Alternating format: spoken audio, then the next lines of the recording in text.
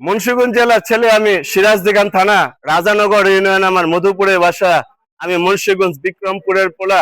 আমি আসছি রাজানগর সৈয়দপুর ইউনিয়ন যুব দলের পক্ষ থেকে, যে মুন্সিগঞ্জ 1 আসনে যে নির্বাচন করতেছেন, আল মুসলিম গ্রুপের ব্যবস্থাপনা পরিচালক মোহাম্মদ শেখ মোহাম্মদ আব্দুল্লাহ সাহেব মুন্সিগঞ্জ 1 আসন থেকে নির্বাচন করবেন, এবং উনি নমিনেশন পেয়েছেন। ওনার জন্য সবাই দোয়া করবেন, ওনার জন্য দোয়া করবেন, এর জন্য দোয়া করবেন। মুন্সিগঞ্জে 1 আসনের যে ভবিষ্যৎ কর্ণধার, ওনার মতো নেতা হয় না। কারণ উনি সমস্ত কর্মীদের পাশে থাকেন, সমস্ত আপদ বিপদে মামলায় সমস্ত কিছুই ছিলেন, এবং 17টি বৎসর ওনার কর্মীদের সাথে একসাথে চেপেছিলেন, এবং অনেক রাজনীতির জুলুম অত্যাচার সহ্য করছেন।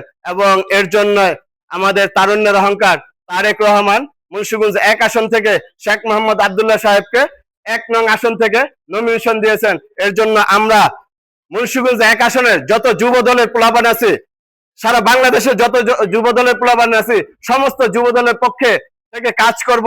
তারুণ্যের অহংকার তারেক রহমানের জন্য এই দেশটাকে আমরা প্রত্যেকটা কেন্দ্রে কেন্দ্রে বিপুল ভোটে জয়লাভ করে তারেক রহমানের হাতে আমরা এই দেশটাকে তুলে দিব, এই বলে আমি শেষ করছি। তারুণ্যের অহংকার তারেক রহমানের হাতকে শক্তিশালী করার জন্য বাংলাদেশ যুব দলের পক্ষ থেকে লাল গোলাপের শুভেচ্ছা এবং অভিনন্দন। ওনার মতন একজন নেতা এই দেশে অবশ্যই দরকার। এই দেশে তারেক রহমান ছাড়া এই দেশ অচল হয়ে যাবে। কারণ আমরা চাই শক্তিশালী একজন নেতা। তারুণ্যের অহংকার তারেক রহমানকে আমরা অবশ্যই এই যুব দলের পক্ষ থেকে সারা বাংলাদেশের সবাই হাতকে শক্তিশালী করে তাকে এই মুন্সিগঞ্জ 1 আসনকে তার হাতে বুঝিয়ে দেব, এই বলেই শেষ করছি। আসসালামু আলাইকুম।